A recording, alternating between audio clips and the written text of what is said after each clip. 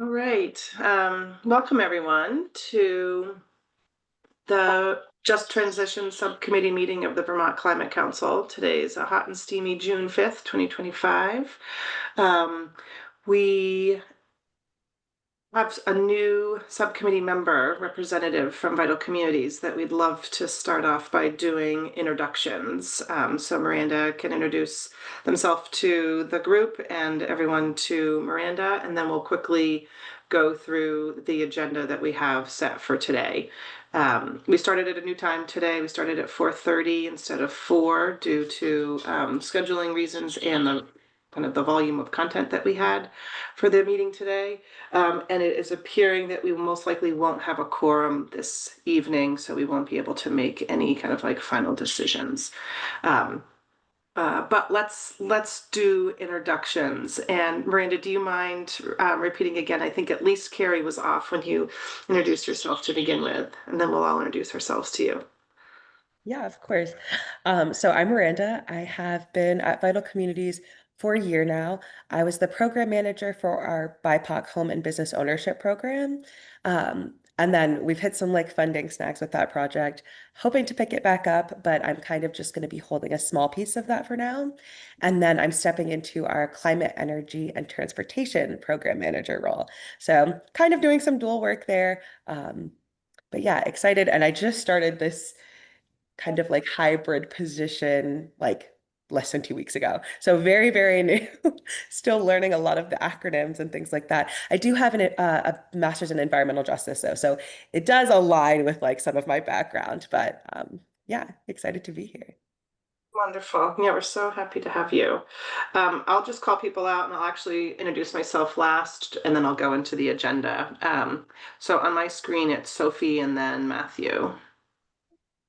Great. Hi, Miranda. Welcome. My name is Sophie Beltrop. I'm not a subcommittee member. I'm one of the staff support members. So I'm a staff person at the Climate Action Office. We are positioned within the Agency of Natural Resources. And yeah, I'm sure we'll get a chance to connect one-on-one and catch up more deeply. So I'll just leave it at that for now. I live in Woodbury. I'll pass it over to Matthew. Greetings. My name is Matthew. I use he, him pronouns. I'm not only a subcommittee of the just transition, but I work with the Vermont Leagues of Cities and Towns, and um, not just and the UVM Medical Center and UVM Insurance One Care of Vermont. So literally, I'm pretty much the linchpin of keeping Vermont's system up and going.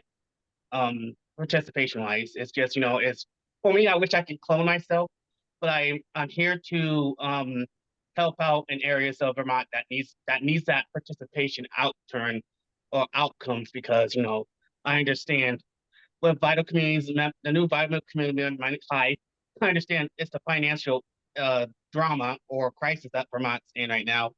And I'm seeing this across my work if on pretty much on all sides, and it makes this job challenging, knowing that um there's more work to be done moving forward. But yeah, I'm glad to be here. I'm looking forward to making sure that our message is not only simplified in a way where other community members can get what we're trying to get at, but also making sure that we're doing this in a more equitable way, transparent way that our work is basically be able to collaborate on. But thank you. Thank you, Matthew and Sophie. How about Mona and then Carrie and then Claire? If you want to introduce yourselves, please. Okay. So my name is Mona Talba. I work for the Department of Health as a public health inspector, and I have been member of this committee for subcommittee for almost 4 years now. And nice to have you, Miranda. I can pass it to Carrie. Hi, Miranda. Welcome. I'm Carrie Hingstenberg. I work at the Department of Environmental Conservation in the Agency of Natural Resources. I'm the planning manager for the department. And what does the planning manager do, you ask? I I'm involved in like all kinds of things across the department and the agency, like Matthew, more committees than I can list, as well as doing a lot of work with the EPA on our program support. I'll pass it to Claire. Terry and Mona. Great. Hi, I'm Claire McElvany. I use she, her pronouns. I'm the Data and Equity Policy Manager at the Department of Public Service. I do a lot of work on renewable energy policy, environmental justice, and work with utilities. And like Sophie and Carrie, I'm not actually on the subcommittee. I'm here as sort of staff support to support the subcommittee's work. And yeah, nice to meet you. Claire. And hi, Miranda. I'm Abby Willard. I also work for the state of Vermont, but for the Agency of Agriculture, Food and Markets. And I co-chair this subcommittee with Kelly Klein, who's a Vermont Climate Council member and an entrepreneur and business owner here in Vermont. And started in a staff support capacity years ago with soon after Carrie and Claire. And yeah, excited to have new perspective and representation from Vital Communities remaining on our subcommittee. It's great to have you. Okay, so does appear like we'll have a small group this evening, which I think is okay. And I think we can sort of maybe move through our agenda relatively quickly. I will note as before I go through the agenda that this is our last meeting for a few months. So we're planning to take a summer hiatus, which is sort of what we've done the last few years, is take the months of July and August and this year, September, off of meeting monthly. So one unique part of the Just Transition Subcommittee is that we have been meeting almost monthly for like, I don't know how many years now at this point, over 5 years, with these like, again, episodic summer breaks since the development of the initial climate action plan and now kind of facing the revised action plan. So really recognizing that summertime is busy schedule-wise for personal reasons and other work priorities, and there's actually not a lot of focused priority tasks for this subcommittee over the summer months. So we'll talk about our schedule and talk about what will happen in the fall at the what's next part of our agenda. So that's towards the end. So starting at the beginning, we have meeting minutes that we have not had the opportunity to officially, accept from February, March, and April. As well as our last meeting on May 1st, due to the fact that we haven't had a quorum in previous months. But we can look through the May 1st meeting minutes if there's a desire to do that, even though we're not able to kind of officially accept them. But I'll put those meeting minutes here in the chat. We're going to look at two components of the climate action plan revised plan that were a collaborative effort of this subcommittee. One being looking at the building equity chapter, which this subcommittee drafted and has had just some final formatting and a few kind of comments from the Climate Council that we wanted to make sure that came back to this subcommittee for just sort of like final eyes on it. And then a public engagement chapter that Sophie will really walk us through and took a leadership role in drafting on the public engagement process throughout this climate action plan revision process. And there was opportunity for subcommittee members of this subcommittee to offer feedback and comment. And so there's a revised draft too that we was shared with the meeting materials. We can look at, I think Matthew and Mona have taken a look at it from a plain language perspective. And if there's any additional comments or feedback, we can contribute that in this conversation, in this meeting, with the objective being some sort of finalization of that public engagement chapter to go to the Climate Council next week on the 9th. We'll take a break for public comment in case there's any members of the public that choose to join us this evening. Liz, who is also with the Climate Action Office, working with Sophie, but who plays more of a role with the Climate Council and the Steering Committee, is going to join us a little bit later because they're actually having a meeting this evening around the same time. And Liz can give us a status update on a few things related to the timeline of the completion of the Climate Action Plan, other meeting updates, etc.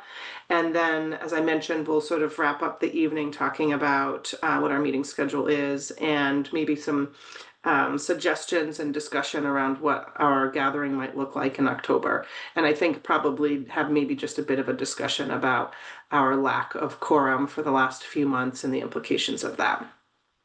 So any other topics that anyone would want to add to the agenda this evening?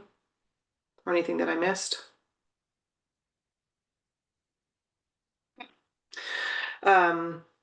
Meeting materials were sent out by email. Miranda, you didn't receive them. Do you want to put your email in the chat and I will forward the email to you so that you have access to all the documents that we're all looking at? That way you can at least, we'll make sure we'll put as much as we can in the chat, but this way you'll actually have a record of it. Perfect. Okay, let me just do that.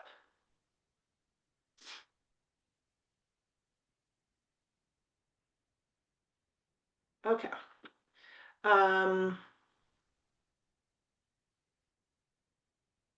Any comments on the May 1st meeting minutes from our last meeting? Again, we're not going to do a formal approval of them or acceptance of them, but if there was anything that anyone had as comments, let us know.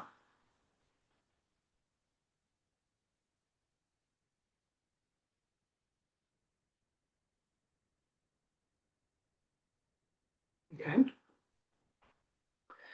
Well, then let's look at kind of like the crux of our meeting this evening, which is sort of kind of wrapping up our contributions towards the revised climate action plan. So the first piece that I think we wanted to just kind of close the loop on was looking at this building equity chapter. So I just put it in the chat. I'm also happy to pull it up on the screen if that would be helpful. This chapter, everyone has had an opportunity to see and work on and provide feedback and comment to. And then maybe when Kelly joins us, and if there are any questions, we can come back to this chapter as Kelly did some of the, did these final edits on the plan. But it was really just based on feedback and input that was received from the Climate Council members, as I understand. So you all had it in your meeting materials. It's in the chat, and now I'm just doing a quick screen share. My understanding is it was more of just like a formatting update and kind of revision that happened, maybe a few comments and edits, but not substantial content change. So just as a refresher, there's the different sections of the introduction, a definition of how we define a just transition, the equity versus equality, which there'll be a space to insert the image that many of us are familiar with, definition of Vermont's frontline and impacted communities, a then and now, which was designed to be a comparison between the engagement that happened during the initial climate action plan development that the plan was published in 2021 versus the process for this revised climate action plan that's designed, I believe, to still be published and released in July of this year.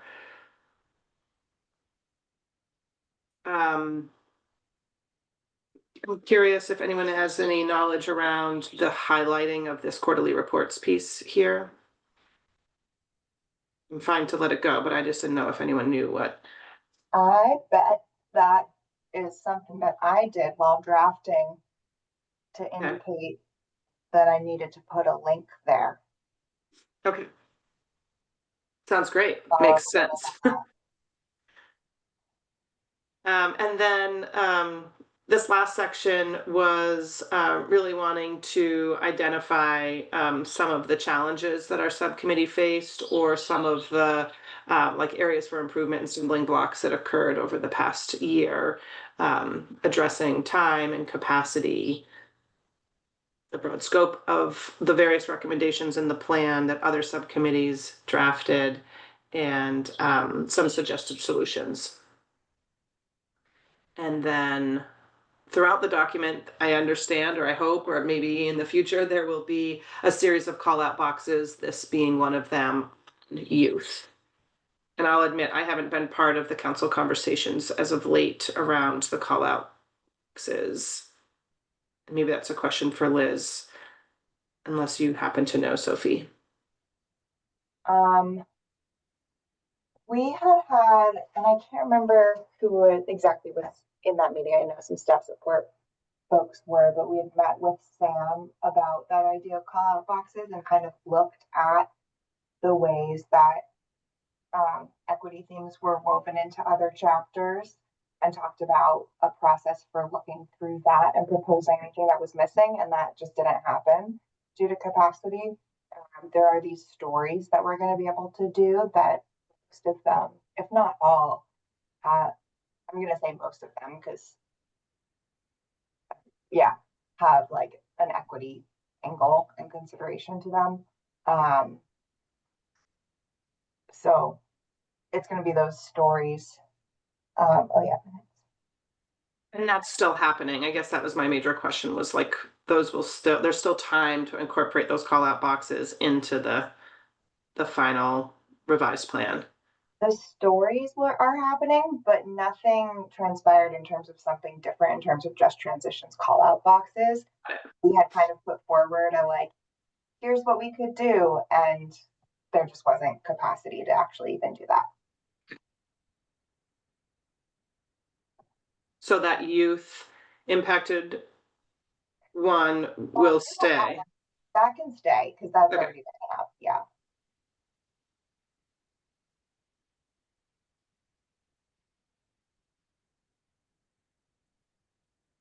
Were there any, I stopped sharing because sometimes it's just hard to see one another when we're looking at a shared screen, but were there any concerns about the format or things that anyone saw that felt different than what you remember from the last time we saw building equity chapter?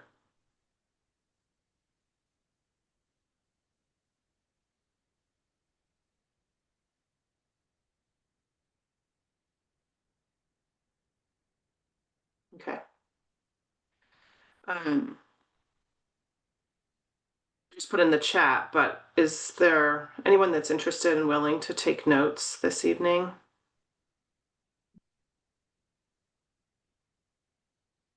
I would normally volunteer, but I think I'm going to have the Word document up once we get to the public engagement chapter.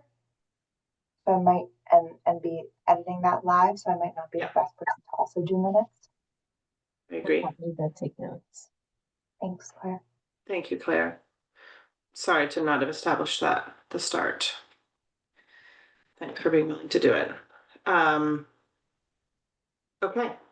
I don't know that we intended to spend a lot of time on the building equity chapter. So let's move into where we had hoped to spend a bit more time, which is on this public engagement chapter. So I'm putting the link in the chat that has the track changes accepted from draft 1 with comments that were received to Sophie and were incorporated into the draft resulting in this draft 2.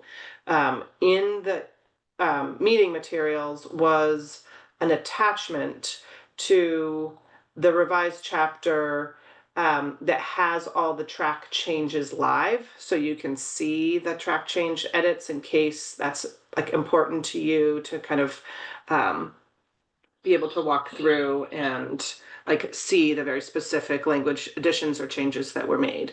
I think our intention for the next 25 minutes and more, depending on the amount of time we need to hold for public comment, was to put this public engagement chapter back up on the screen, where you're welcome to pull it up on your own, and walk through section by section and see if there's additional comments that anyone has or questions that have arisen for Sophie, kind of as incorporating the edits that have been received. So if this is the first time that you're seeing this chapter, that's fine. I think it's still valuable to walk through it and talk about each section. Again, the goal, the time frame for this is one of the chapters that is designed to be kind of like finalized by the end of this week. So tomorrow, does that feel appropriate, Sophie? Or even Yeah, tonight, no, if ideal? I was just I hear that the subcommittee is actually going to review it at their 6/16 meeting, so we do have some time. But I know we also don't have a just transition meeting in between now and then. But if it were helpful, if folks wanted like some time until next week to send in any final comments, I think that could be fine. Okay. Yeah. So there's a little bit of flexibility there, depending on what feels right to the group. Okay. That's helpful to know. Do people want to see, does anyone find value in seeing the track changes live version, or are you comfortable seeing the draft 2 version that's in the chat on the screen?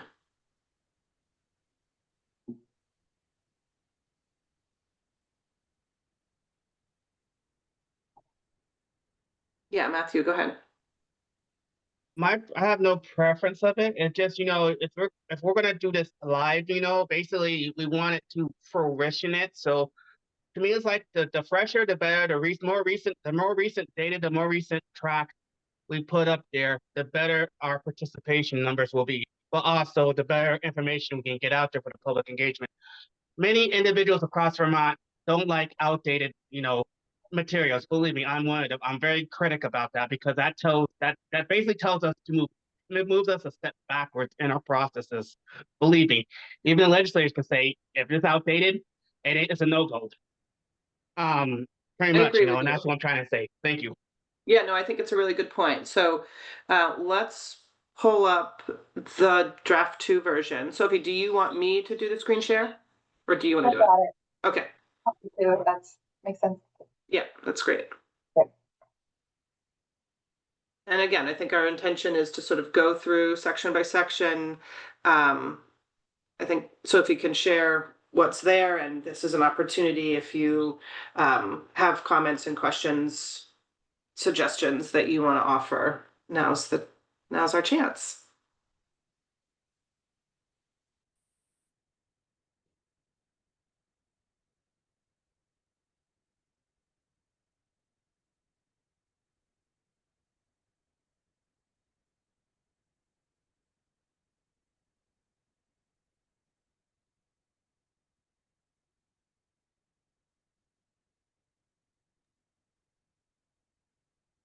And I'll just mention this version, I included revisions based on feedback I heard from Abby and Claire. And I resolved any comments that you all had left in the doc that I actively made changes about. And if I didn't quite get it quite right, keep an eye out for that. And then I left in here some comments that kind of needed further discussion or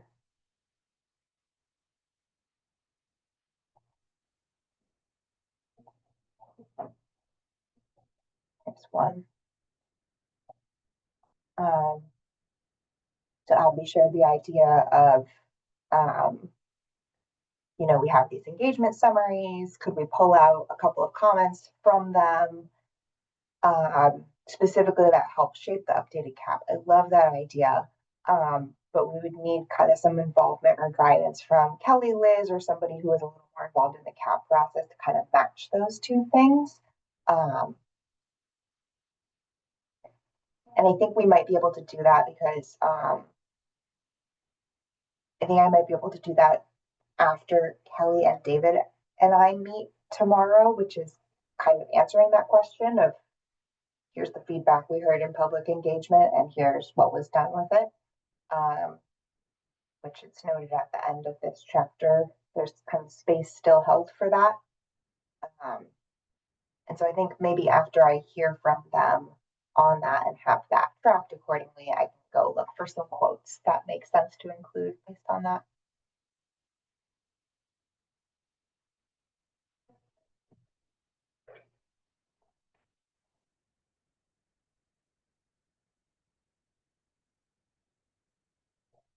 And we've got this long table of just here's what we did leading up to the cap.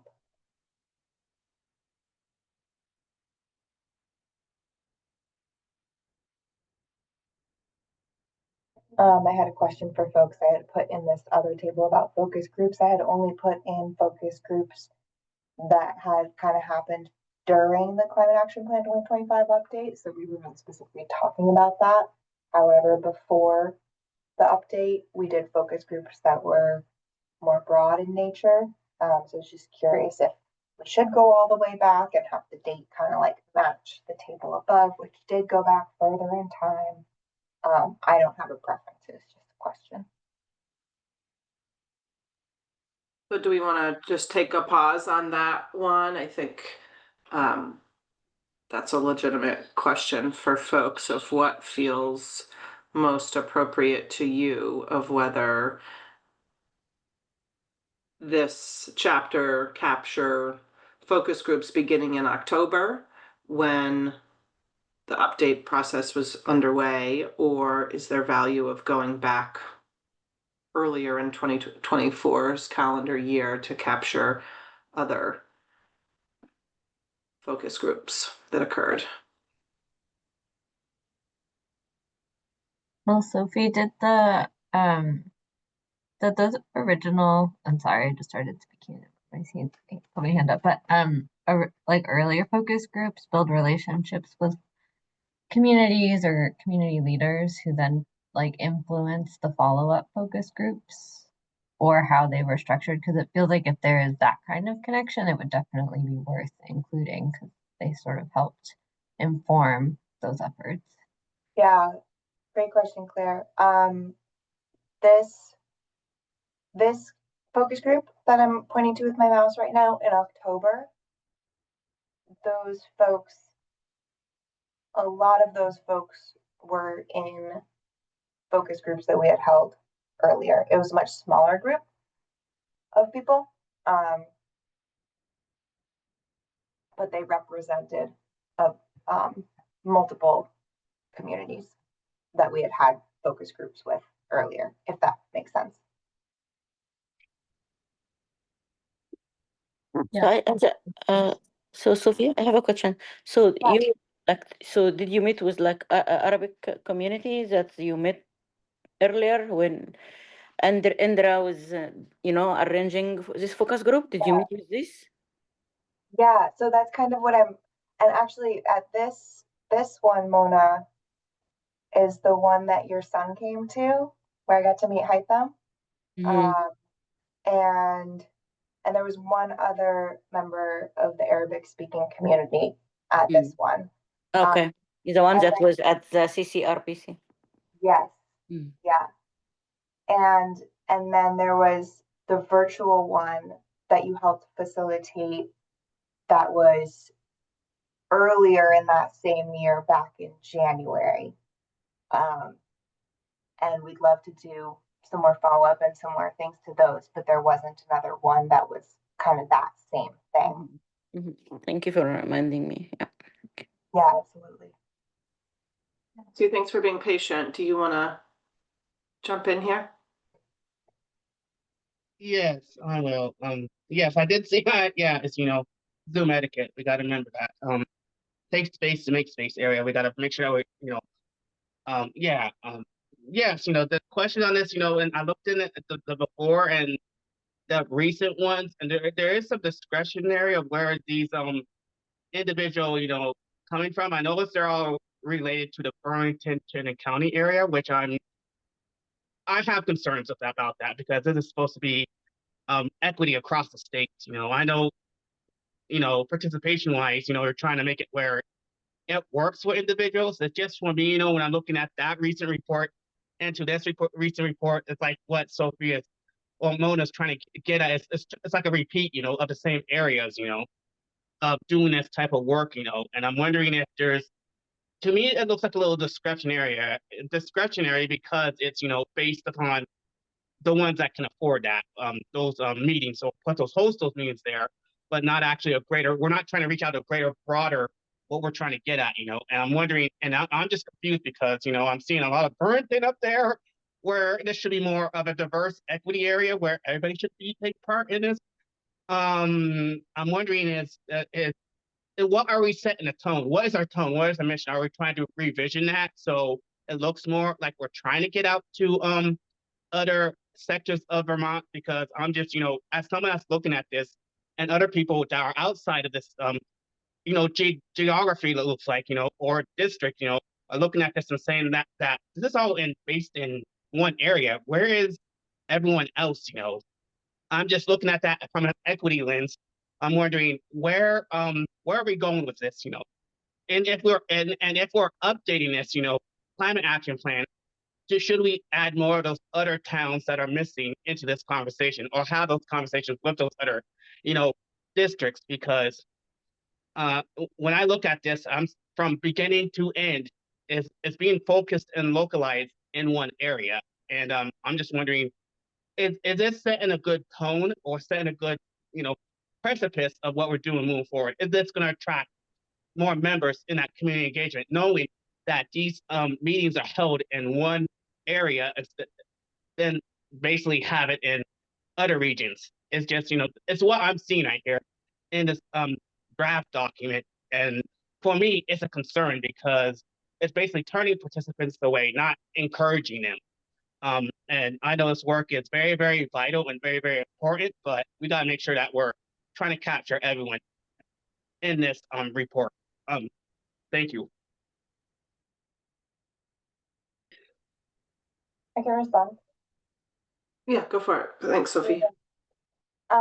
Yeah, Matthew, definitely hear you that there's been like a lot. We've had a lot of events in Burlington in the engagement that kind of led up to the climate action plan. We're kind of getting our feet under us, and as you know, our three subcontractors are based in Burlington, so it's a lot easier to get to events there. However, if I have two things to screen share to show you our efforts to get out further. I'm going to start, since we were talking about broader engagement, I'm going to start with the chapter that we were just looking at, which you'll have access to. We do have actually quite a few events that we've gotten to outside of Burlington. Hyde Park, these are still the Chittenden County area, but we got to Bennington, Morrisville, Barton up in the Northeast Kingdom, Johnson, Newport, also in the Northeast Kingdom, Middlebury, Rutland, Montpelier is another one that gets a lot of attention. So I don't know if that counts on as getting way out there. Swanton, Enosburg, Randolph, Fairleigh, Barnard. And then in terms of the focus groups, we also got to Barrie, Bennington, and Barton again.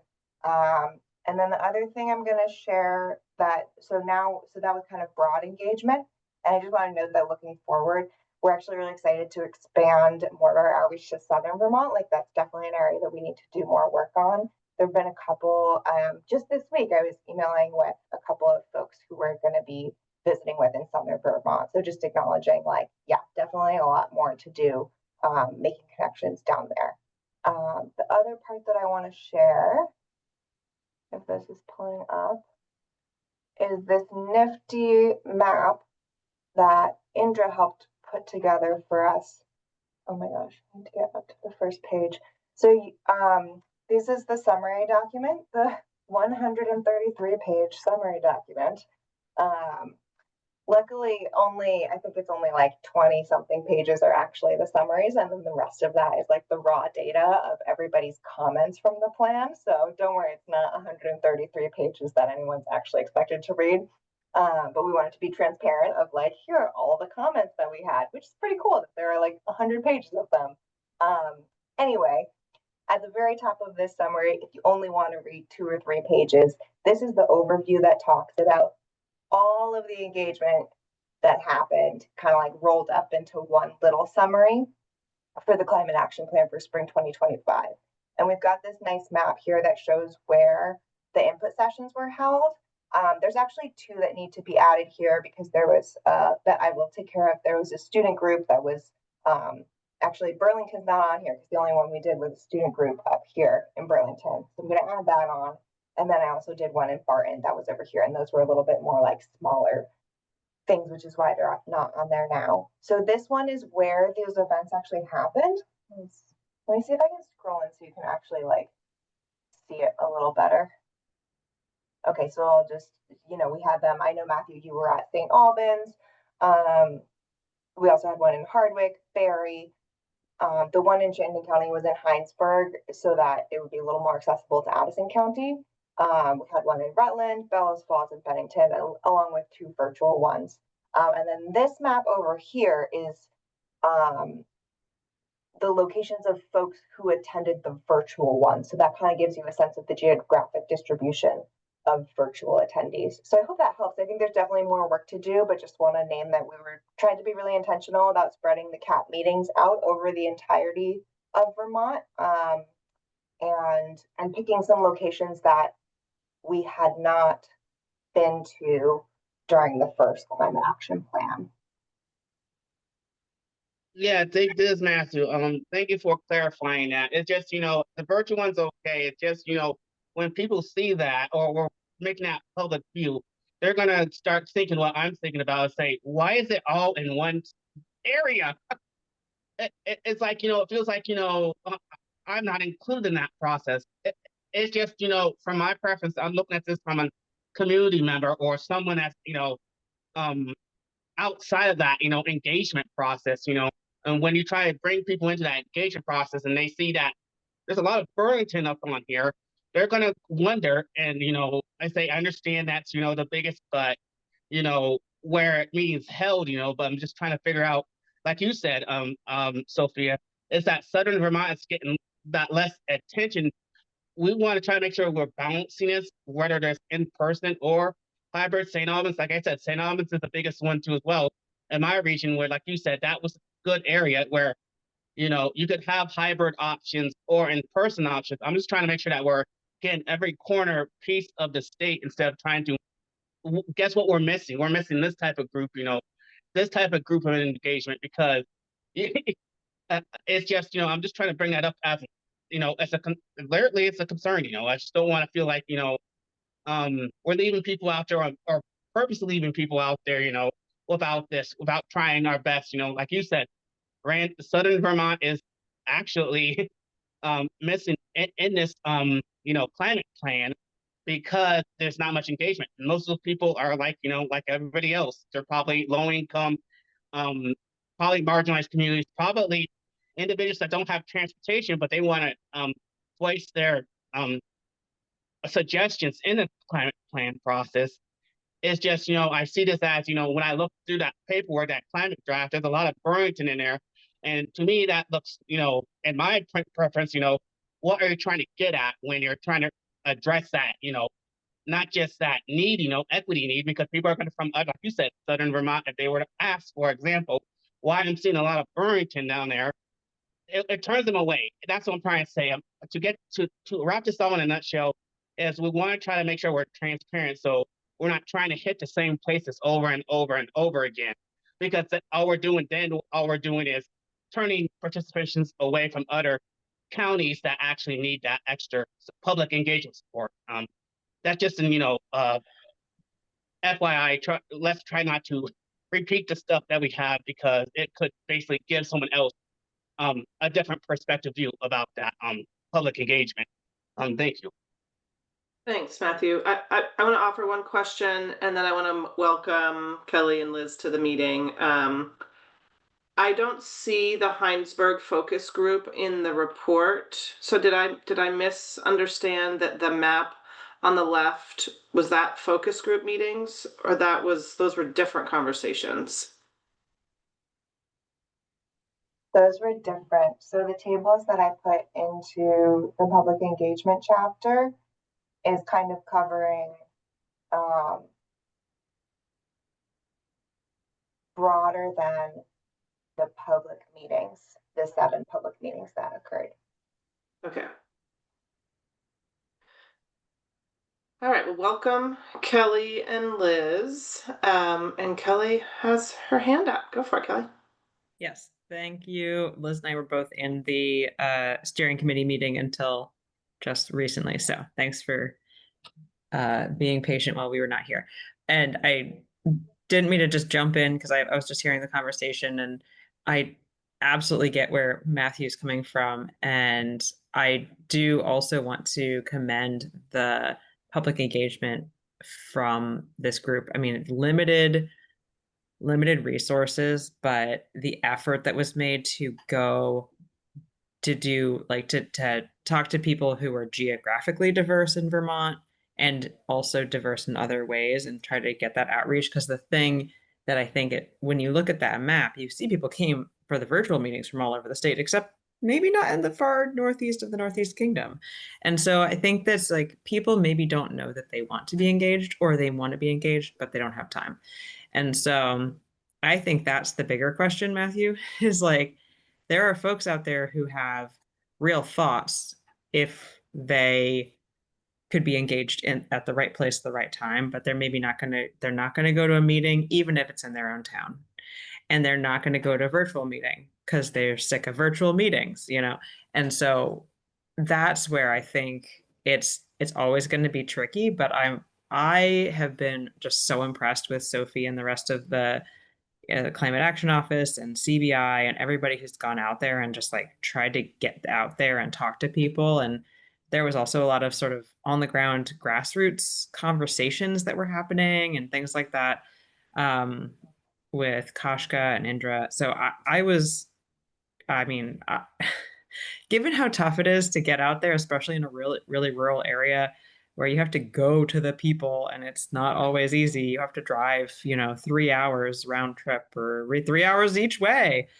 And people getting out there and doing that work, I'm really impressed with how well we did. And I do also think we can keep doing better, but I just Yeah. wanted to say that I think I'm proud of how you did. But yeah, and I also appreciate the like constructive feedback of how we can do better going forward. I think it's really important to hold both. Both messages are important as well, and I appreciate the comments on both sides. Okay. We feel like we've addressed. So I don't know that we've actually responded to your question of should we go back to January for the focus group? Sorry to ask this, but how many focus groups, either specifically or on average, occurred between January and October? We did 6 between January and I want to say March of 24. 2024. I think we should put them in there. Is there a reason not to that I'm not thinking of? Claire, do you want to respond? Well, I was to say I agree we should add them. And I think another reason to add them would be because they're sort of a bridge between the original climate action plan, if I'm remembering them correctly. I mean, these were the focus groups with linguistically diverse communities that kind of came out of conversations that the subcommittee was having and Mona was really involved in as kind of how we could do better public engagement in the first iteration of the CAP. And I kind of see them as, the beginning of implementing the learnings from the first CAP into this process. So we could even mention that was an initiative that was started in the first round and continued to inform this. I really like that suggestion, Claire. Anyone feeling otherwise?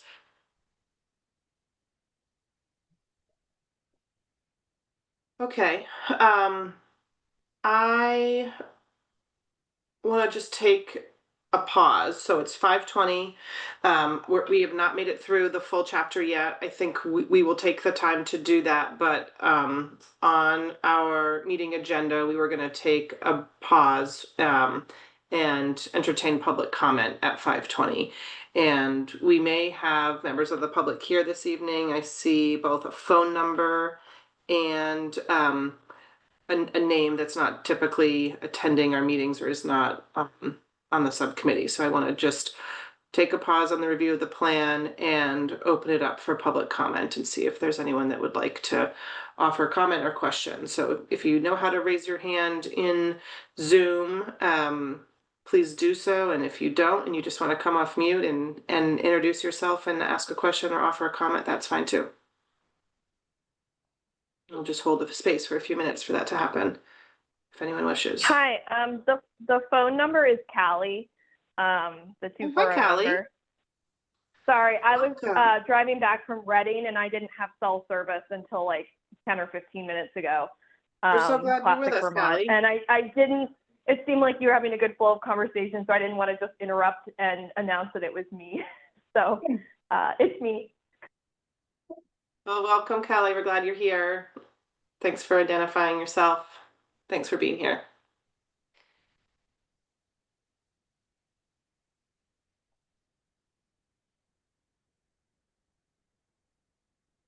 Anyone else have any comments or questions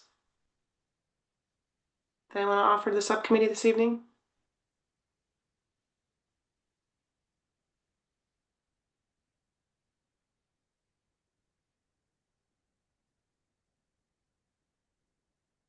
Okay, I'm not hearing any. Feel free, if you change your mind and you want to offer some suggestions, please let us know by raising your hand. I wanted to offer for Callie and Kelly and Liz that Miranda is our new subcommittee member from Vital Communities. So we did introductions earlier. I'm sorry that the three of you missed sort of being introduced to Miranda, but Miranda's here. We're grateful to have them join the subcommittee. All right, maybe we can even do a quick introduction at the end if we have time, but I'd like to go back to the plan if we could, just to make sure that we give the feedback to Sophie in this kind of final subcommittee meeting before the final version is due. If that's okay with everyone. Sophie, do you want to put your version back up and we'll keep going through? I know one of the pieces, I don't know if we've gotten to that yet, I think we did, was the highlight around frontline and impacted communities and the need for a definition there. So there's not pages here, but it's like, yeah, right before this section. Yeah. I think our first reference to it. Yeah. And I have to look back at the just transitions chapter that's called building equity into the plan. Like if we define it there, is there a way to kind of just like reference back to that, or should we repeat it here? I was looking myself and I didn't see that we did define it, but I actually went back to our guiding principles and I'm going to put in the chat here what the definition, it's not going to come through perfectly from a formatting standpoint, but in the guiding principles for a just transition, where we introduced the concept, or, for the first time of Vermont's impacted and frontline communities, we did like a word cloud. And then we also said that word cloud is not intended to be an exhaustive list, and that nor does it take into consideration all of the intersectionality of people's lives and the multiple vulnerabilities that may exist. But it does then say that impacted and frontline communities draw from the following key criteria. So those that are highly exposed to climate risk, those that experience oppression and racism and are excluded from opportunities or have less resources to adapt to climate and economic change, those that bear the brunt of pollution and negative effects from today's fossil fuel and extractive economies, and those who are likely to experience a job transition as Vermont addresses climate change. So that's sort of like the working definition. I think that I want to turn to other subcommittee members if that resonates with you, and that's kind of what you recall as well. Was our intention in those guiding principles to have that kind of a definition? Yeah, if I can jump in real quick, I absolutely think we should either, if it makes sense to include at least like a synopsis of that in the text of this chapter, that would be good. I think a little bit of context is important because there was a moment where there was like a new counselor was thinking frontline meant like the people whose houses were in the floodplain. Like they were thinking like the people in the wave of the tsunami, not like like literally frontline to the climate hazards, but not the people that we talk about in just transitions. And so I think it would be smart if we do include a little bit of context in the body of this chapter, but also this should be one of the definitions we put in we're going to have a glossary of definitions in the climate action plan, and this should be in the glossary for sure. And I don't know that if anyone has like things we need to change about it, but I feel like it was a pretty good definition that we did, that you just copied there, Abby.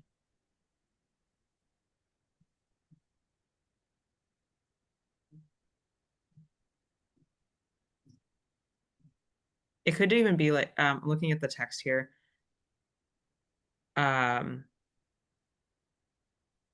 We could do like parentheses, e.g., like for example, e.g., and then do a couple of the bullet points in like a shorter format and then link to a glossary definition if we want to like give people a flavor of what we're talking about by frontline and impacted, and then have them go to the glossary for any more detail. I don't know. What do other people think about that?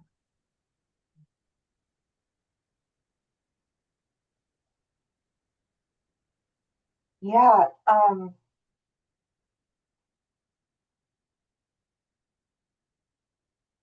sorry, that was an incomplete thought. Yes.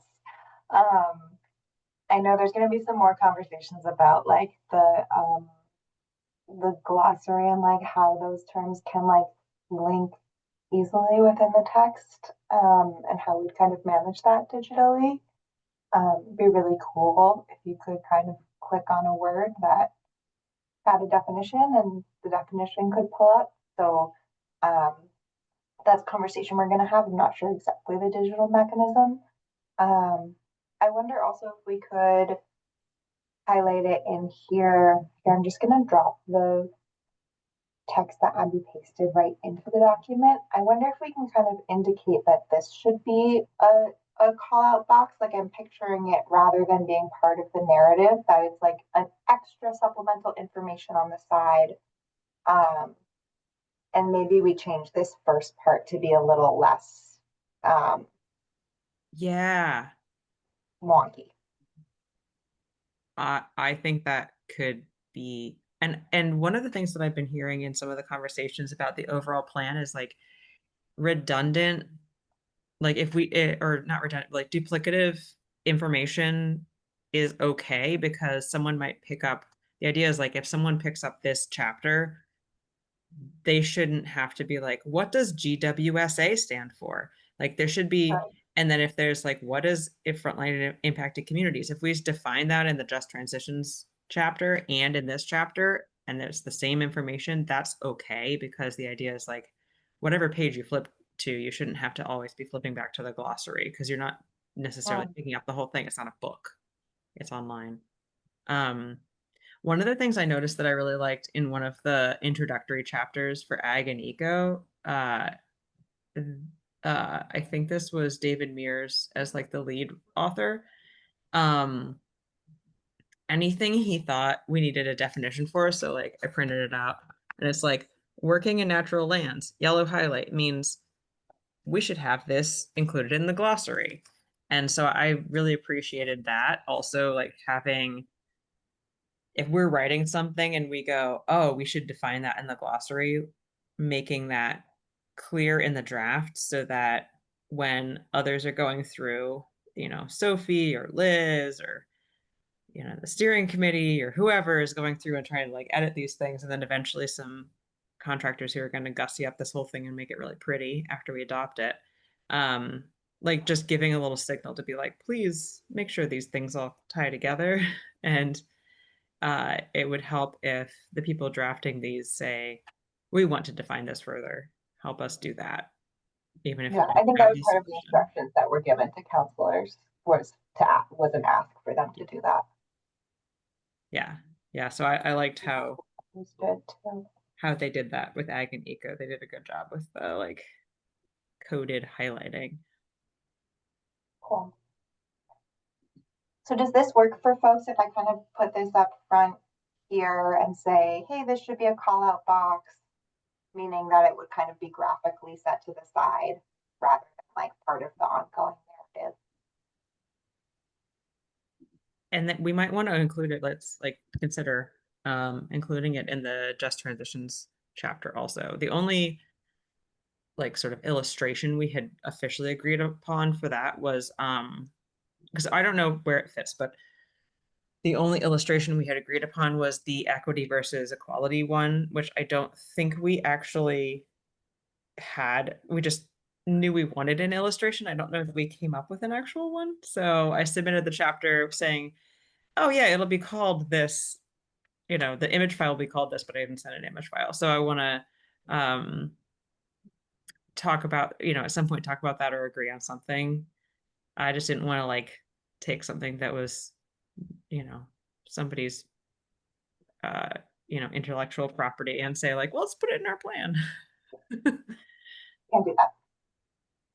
But we can talk with the contractor about like what it would take to get permission for that. And Kelly, as you say, like if somebody on the subcommittee has artistic skill and wants to do something original, maybe that would be an approach. I don't know all the rules about intellectual property myself either. I think we all kind of have a sense of what we want. I mean, like I picture the like people looking over a fence and then someone's on a stool kind of thing. But there's other ways we could illustrate it, and just needs to have that. I think that's a really helpful illustration for people who haven't ever seen it before. Something where you see the difference between equality and equity.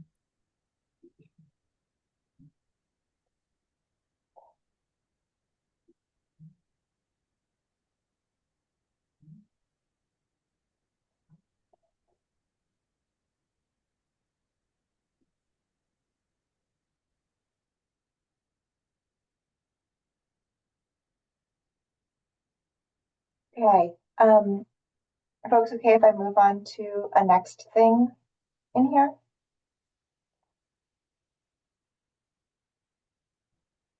Okay, hearing no objection. Sorry, I can't see everybody's face, so if you Something. So I think we're good. Sorry, Sophie. okay, Yeah, great. go for it.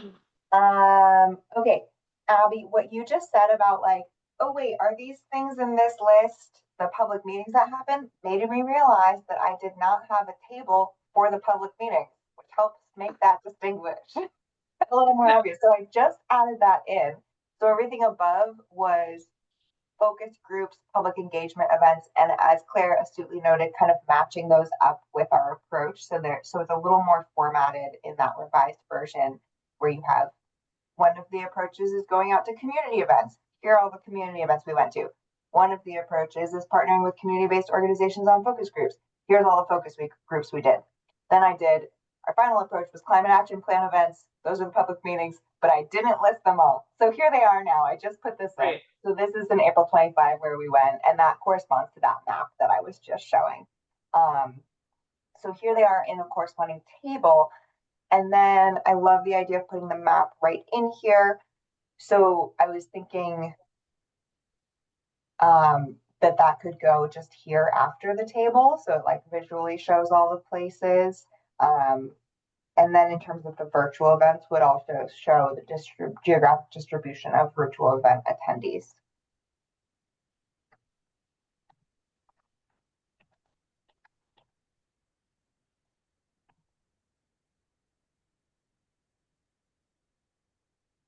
What do folks think about that approach?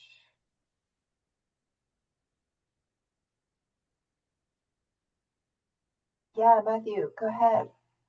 Yes, I do think that approach, showing those, virtual maps and attendees, when you're adding that, it tells a story, but also tells them that you're trying. That's what we're telling the public that we're trying to meet your, trying to come to you and in that format, that's saying that these engagement just proof that we have an engagement process that's underway. We're going to try our best, to meet your accommodations, try to get to like that, have that more, not just have that, successful engagement, but we're planning to add more locations in the near future, whether it's virtual, which got the most, from those two maps, virtual got to hit the most because I don't think that's just the youth that we're trying to reach out. It's just people that, are there in the remote areas of the state where they may not be able to go in person. It's just, Vermont, as we know, Vermont is not very, very accessible in accommodation, which it should be.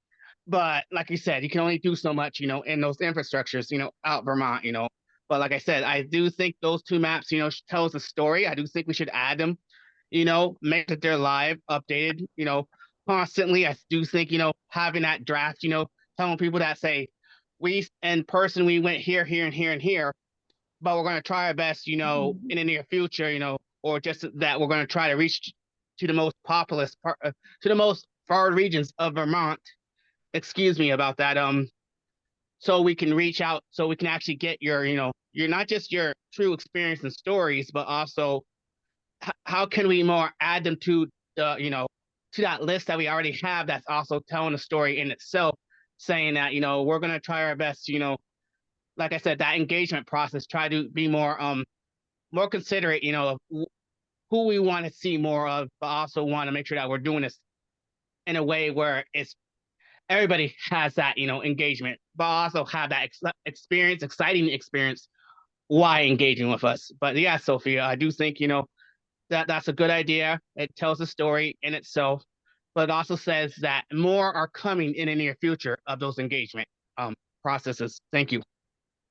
Yeah, and Kelly, I see you have your hand up. If I can just respond quickly, Matthew, something you just said of like giving a heads up of what's coming in the future, I think is actually missing from this, and I wonder if that feels important to include and how we speak to that, knowing that there won't be another plan update for another 4 years, so we can't quite say like, here's what's going to happen in the next 4 years completely, but maybe there's some way that we could kind of speak to, engagement is ongoing beyond just the plan update, and here's what the near future, the focus of the near future might look like. Does that sound important to you?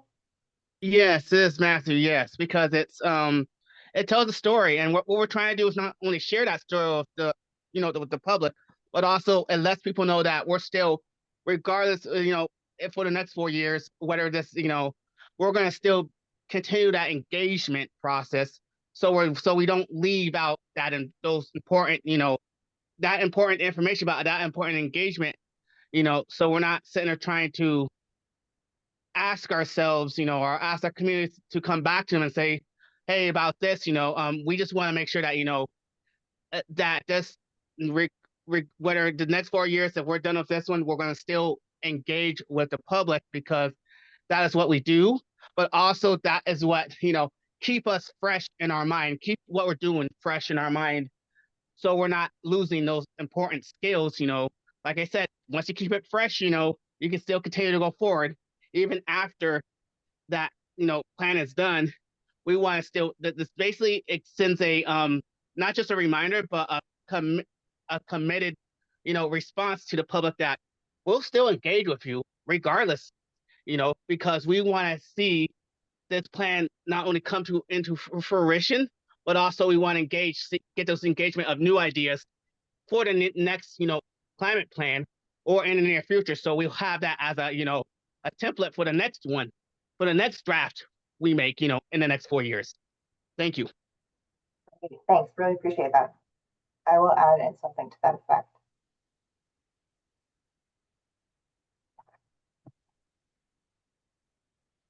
I guess now I feel like calling on people. Yeah, no, I'm happy to do it, Sophie. Go ahead, Kelly. Yeah, just one Go question. ahead, Mona. Go ahead. One note also. What has like the climate council, or or the plan? What already been done from this plan, or this is the future one? for the past 2 or 3 years, we have been talking about this action plan. What is actually done from this plan?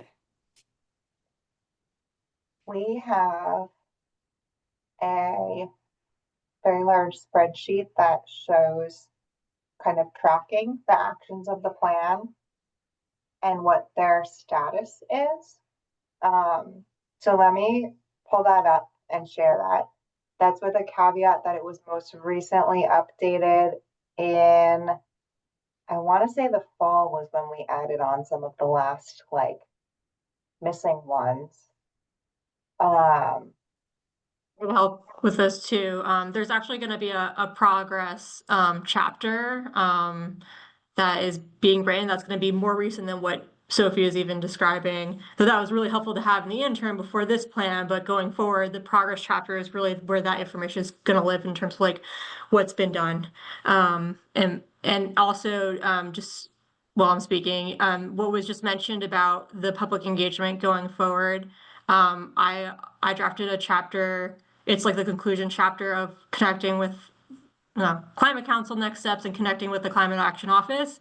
And it speaks to just that in terms of the public engagement and implementation that our office is doing going forward, and also how the council is going to engage. So I just want to let you know about that too. So yeah, go for it, Kelly. I was going to jump in just to tie that together, but real quick, I had other things, but would it maybe make sense, Liz, based on what you've drafted or what you're working on, to have like a segment of that sort of be in the public engagement chapter, just to feel like if someone just picks up the public engagement chapter and they say, well, what are you going to do in the future? Or maybe like having a summary of, I don't know. I agree. The question of like, what are we going to do in the future? I think something should be in there about that. I think that's important. So I don't know if you already have something written that could be just sort of dropped in. Yeah, the chapter's drafted. Sophie, it's in our SharePoint. The conclusion, next steps chapter, if you want to pull any language from that and include it in the public engagement. Yeah. But yeah, I think, knowing that we're going to keep doing public engagement and we're going to keep trying to broaden our circles and reach new people and all of that, and it's not going to stop here. I think that's just a helpful message. But yeah, and also I'm sorry, go ahead. highlighting also what all that is the takeaway points that you get from the public engagement. You are not just meeting to listen and that's it. What did you exactly take from this engagement, and you maybe updated or you implemented in the action plan, or you changed something in the action plan to show that this was just not only a talk. It was like, we meant it. We were actually committed. When you were doing the engagement, is to actually, because the action plan was put before the engagement. The engagement should be put before even having an action plan, to build the action plan on what the people are telling you that this is our needs are. But the action plan was done actually before the engagement. So it is very important in this chapter to show if you actually take on what the people told you about. Oh, this is what we need, this is what what our needs are, this is what we need the action plan to be, or you modify this or you do this. So you can see that we are not double standard. We're just meeting them just to say, oh, we did public engagement and that's it, without taking into consideration all the notes and all this 126 pages of information that you get. Yes. Yeah. And now I'm losing track because I've been in too many meetings today. I saw Sophie's notes. So there were engagement things earlier on. And then, so the idea is like, you get engagement, it informs your first draft, and then you get more engagement, it informs your next draft. So, and we've done that. I'm sure we could do better always. But I have to again say, I think the team did a really, with all the resources that they had, which were limited, they did a great job. But I am reaching out. Tell me if I said this already. because I was just in another meeting. I'm reaching out to all of the counselors to say, please give us just a couple sentences about what you did, how public engagement, how public feedback affected what you wrote, how you incorporated that. And so we're going to get some of that for this chapter. Hoped to have done that sooner, but I did just send out an email, and I also in the steering committee meeting said, hey, heads up, I'm going to ask you for some feedback. And I was also really pleased to see that in some of the introductory chapters, at least one of them, someone specifically was like, well, we got a lot of public feedback on this, and so we did this. Like, it was even in the intro chapter. So if we don't get feedback, we can call that, we could like pull that out and put it in our public engagement chapter, which was really, really cool. So I feel that there was a lot more clear responsiveness to the public than we've had in the past, which, you know, is good. There's always more to be done, but I feel like we've done more than in the last few years. I'm really pleased. So the question I had raised my hand about, you had that table that you just dropped in, Sophie. We were looking at a thing when I raised my hand. Where you had the dates of the meetings, and since it was all just sort of like with red underlines because it was track changes, do you have like things that you could link to from each of them, like a summary of notes that would be something like a public summary that we could link to for each of those? Because I feel like that would be cool if that seems appropriate. Yeah. I So also thought you didn't need to say, like, just with the table, just for formatting, like it didn't have to be like April 2025 and all the April ones, and then May 2025 and the one in May. Like, we could take off the month headings oh yeah. and just do April 20, April whatever 20, and just put the year on each but just a silly formatting thing. But yeah, if there's like a single link for each of them for each meeting, I don't I know. can make those. Yeah, I'm right not now they're saying you all in one should. massive.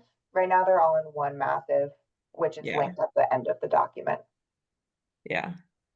Um, Anyway, I'm not saying you need to go to that work, but I was like, oh, that would be kind of cool. Like if I was like, oh, what did they talk about in Bennington? Maybe can I just put the link of all of them up with the public meetings? Yeah. No, I mean, I think just saying that wonder- they were yeah. there. I'm not saying you have to go do more work. I just was like, if they're already separate documents that are somewhere, then putting them in as separate links on each of them would be kind of cool. But that was Yeah. just a thought. No, don't. Even just thinking, how are they captured on the website? Yeah. Yeah. Don't make more. One. What's that, Sophie? All in one. They're all in one there too. Okay. Correct. Yeah.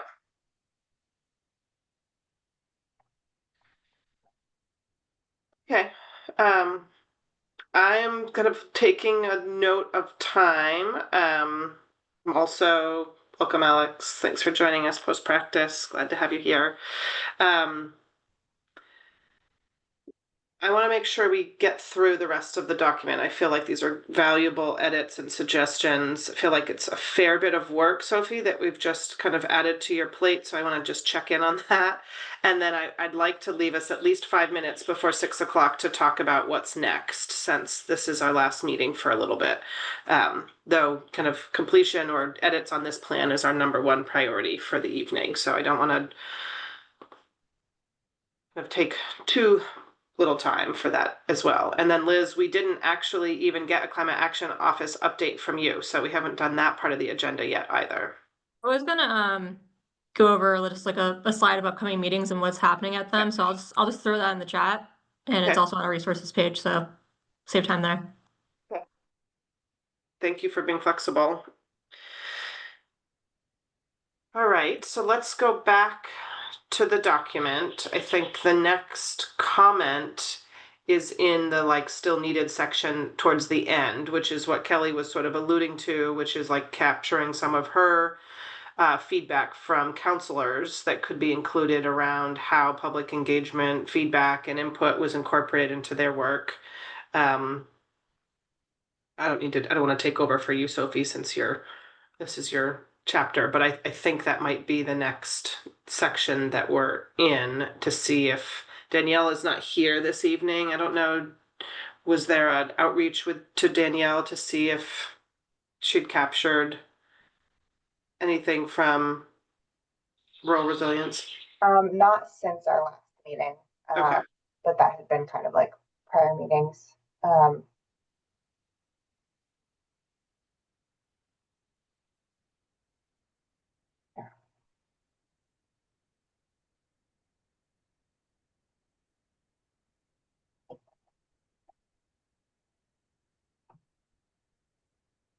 Do we want to put that section back up on the screen? That'd be sure. helpful.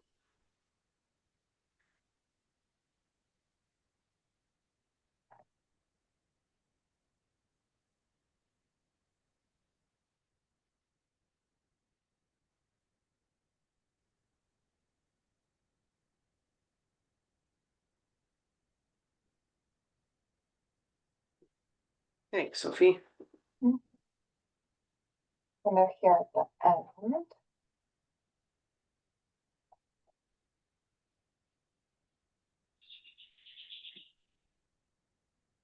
So there's still some content that's needed here, right? Like, so the piece from counselors, maybe something from Danielle, from cross sector. That was a question mark. Our who is our, I'm sorry, I can't remember who our liaison is to cross sector. Is that you, Claire? Yeah, Sam and Kelly. Sorry, Sam and Callie. Sam and Callie. Okay, so Callie, I don't know if is Callie still on? Yeah. Yeah, Callie, I'm here. go for it. Oh, I was just gonna say, I'm sorry, I can't see who's in the meeting, so I don't know if Sam is here, but Sam is not. Okay, I don't know if I got lost, like somehow got dropped off the email list or something, but I haven't gotten any invitation or information about cross-sector meetings in a couple of months, like not even emails about it or calendar invites. So I haven't been to one in a while, and I'm not sure if that was just a technical thing that I got left off of or what happened there. So I'm sorry, I can't really speak to anything. And I don't know, Sam was, I think, more involved in a number of the working groups. So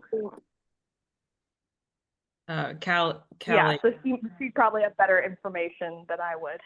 Oh, Callie, Liz just dropped in the chat, but I bet you can't see it, that cross sector hasn't been meeting for a while because basically all the Okay. moved up to the council. So yeah, we're kind of one of the weirdo subcommittees that's been meeting because we're, we have to be reacting to the other stuff. But most of the others that are doing the recommendations, they were like, okay, council, take it. So that's what's been going on. You haven't missed anything. Thank you, Liz. That makes me feel better, like I wasn't missing something. Yeah, no problem. Molly, I would say, in addition to not having missed anything, I think this kind of section of the chapter and that we're talking about now related to cross-sector mitigation is more of a looking back. Were there moments in time when cross-sector mitigation subcommittee took public engagement feedback or the CBI reports and used that to inform the creation of their pathways and priorities? And so I think it was an opportunity to just sort of engage other subcommittees in sharing how the public engagement informed their process. So it's not even actually so much the last few months, but maybe like the prior year. Yeah, and I think I've only been a liaison since, well, I don't have the full context of going back the full year, because I don't think I haven't been a liaison that long. Yeah. But I think, I know that Sam has been the most involved in terms of, like, she was attending multiple of the working groups of the CSM committee. So I think she would probably have more input to share on that regard. Yeah. Thanks, Kelly. Be for how the subcommittee is engaged, is part of that like their input sessions that they held? Because I was just thinking when I was attending cross-sector subcommittees, like they had specific input sessions while they were drafting them. So if it's helpful, I could also go back and kind of pull out what came from those meetings. Granted, I wasn't a member of the subcommittee though, so I want to be careful.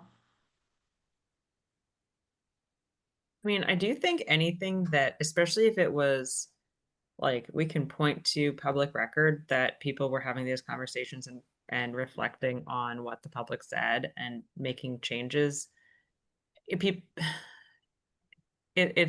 hard when you give feedback. It's hard to know that it's been taken seriously or incorporated in any way, especially when you say it and then you walk away, right? So I do think that anything that we have where we can really highlight those moments, because especially this time around, having been through this process since the beginning of the climate action plan, I feel like we've done a much deeper job of really listening and trying to pull out what the themes that we're hearing from public comment. I mean, just on Monday, tons of like, well, we've been hearing this theme from the public, and like a whole new action was put on the list, which was to say like, yeah, we should have geothermal networks. And that happened on Monday. That is in cross sector. So yeah. So like that's a big deal. Like that was because public comment was like, hey, we had a bunch of public comments, and then a couple counselors were like, I heard this a bunch of times. Let's should we put this in there? And thankfully Rich is also pretty well versed in what that means, and he was able to say like, yeah, this is how I would phrase it based on what it is, because it has some pros and cons, but definitely a good tool that we hadn't considered. So that's in there, that's in there now. It's going to be one of the actions that we're proposing. Yeah, and I wanted to testify That's a something big deal. also. Go ahead, Mona. I need to get a charger. I'll be right back. Okay. Yeah. So actually, about what happened from the experience, what happened, I was contacted by one of the council, Dr. Leslie, she works at UVM. She's a state climatologist also. I think Earth Exchange, and we got 3,000 to make like a flood preparation kit, to give for our communities that they got affected by the flood. So actually the climate council, they were listening and they were taking this in, and they were I got I'm very, very happy to have this 3,000 to get some, but we need more, because the 3,000 is not enough. And the question is, I asked Sophie, can the climate action help also build more kits, because the 3,000 is not going to be enough to do some like education and some kits that actually physical stuff that they can use in case of to prepare for next disaster.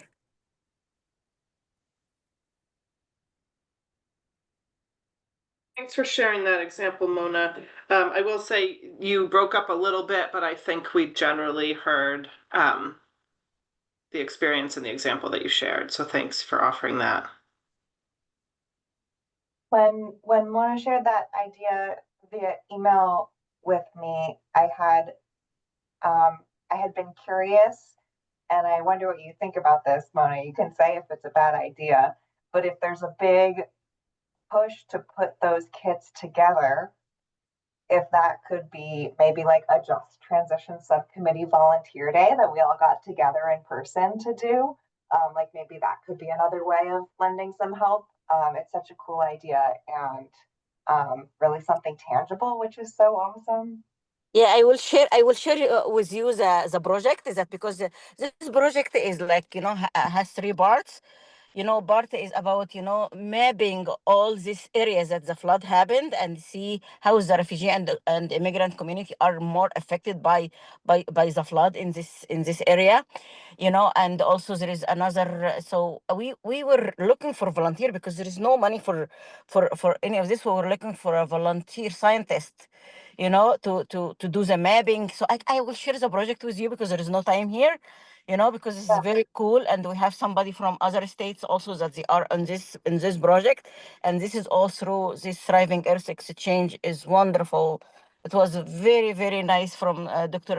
Leslie Ann to connect me with this group, and you will see what was this project. We just found the scientist yesterday because of the funding cut. There was no reply from anybody to volunteer to help the community build a map, or like put some educational material on how to be resilient and how to be preparing for next flood and stuff like this. So we finally we're gonna have a meeting tomorrow, and once we said, I I did not get the 3,000 or something. The 3,000 still was driving Earth Exchange. We're gonna meet tomorrow and decide, what should we do and how we're gonna make this. Kate, but they were saying that I need to reach out and see if we can get more money or more funding from some other places.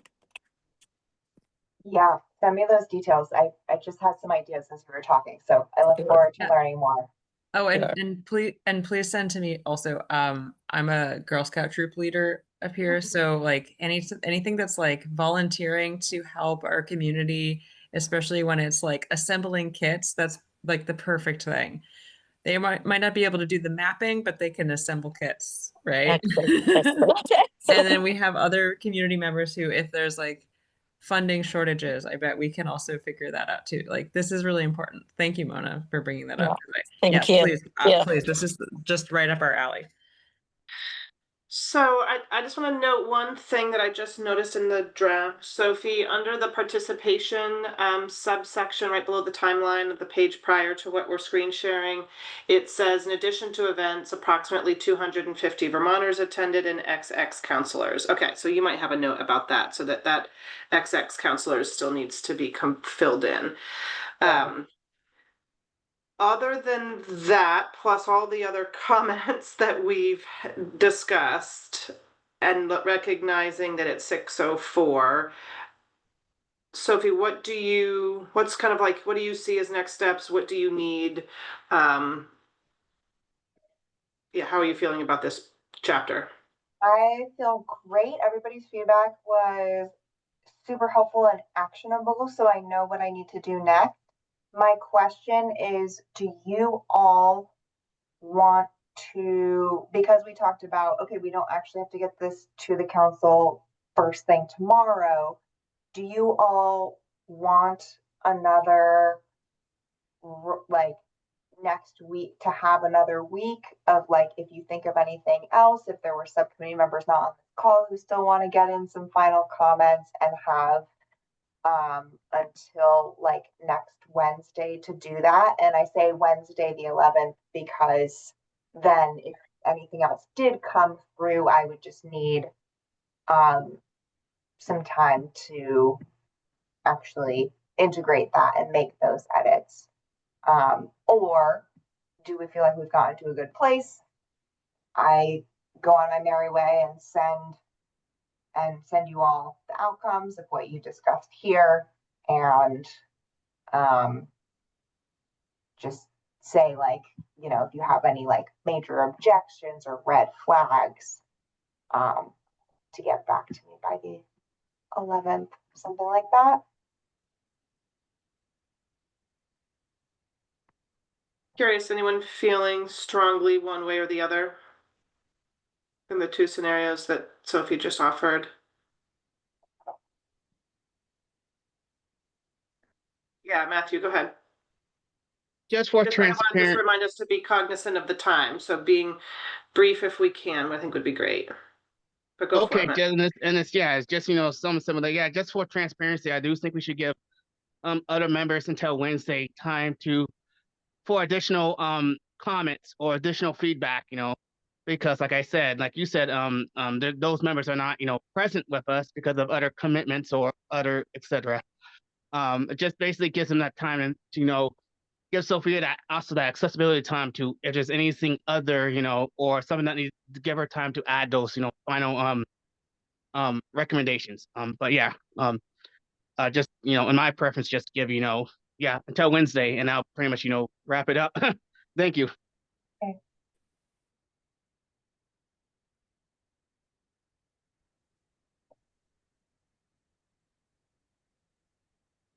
Okay.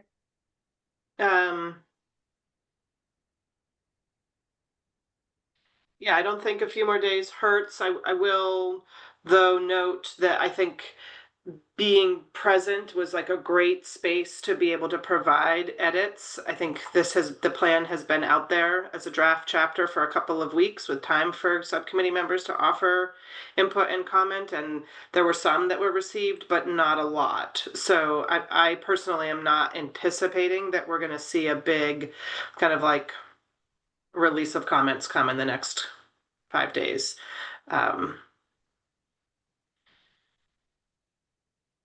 Okay.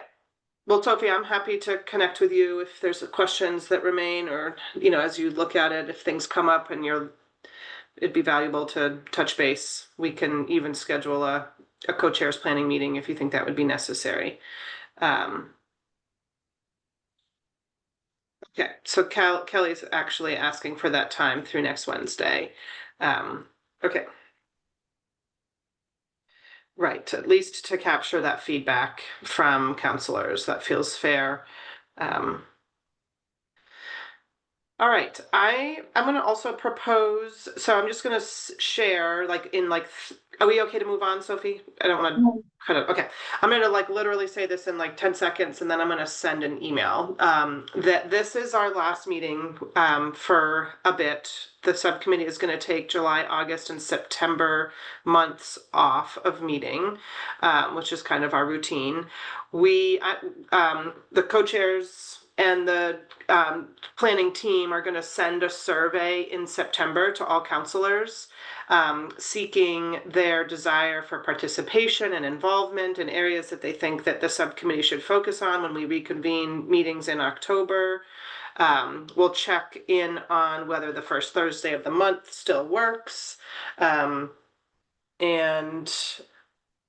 I think that we'll even do some outreach to subcommittee members who haven't been routinely attending to see if they are interested in continuing and engaging in the subcommittee. I think there's some major questions around what is the subcommittee's charge and focus post revised climate action plan being complete. We had talked about in October would be an opportunity to do a final review of the revised climate action plan and talk about the process a little bit, since that will be that could happen in October and November and into January when the design and the final version of the plan are released. Is that still accurate, Liz, from the timeline standpoint? Sorry, can you say that? In January is when the final final version of the plan would be released. I think that's a design question, Sophia. Is that the correct date? On the design side. Right, for the design would be January, right? Yeah. Yeah, so content done in July, and then the design of the plan happening over the remainder of the summer and fall and into early winter. So I'm trying to be very quick because I want to be respectful of everyone's time, that we're running late. So I'm thinking of putting something in an email sometime in the next month or so that sort of just outlines that we're not meeting for the next 3 months. Those calendar holds have been removed from everyone's calendar. We will be engaging with counselors, all counselors, via a survey or at least an opportunity to provide input and ideas, and then maybe some targeted phone calls to those that we haven't seen in a little bit. But really just want to thank everyone for their participation. Yes, welcome you to have a wonderful summer. Take care of yourselves. Enjoy our beautiful growing season here in Vermont. And you'll have your first Thursday of every month evening now free of meeting. Kelly, anything that you want to for before we sign off? Just thank you all, and this is perfect coinciding with farmers market season for us. So no, it's been great to see you all every month, and thank you for everybody's really amazing hard work. Appreciate everyone's participation. Claire, thanks for taking notes. Sophie and Liz for being our guide, and all subcommittee members for being here. Really appreciate you. Thank you all. All right. Have a great evening. See you in a few months. Bye. Yeah. Everyone, bye.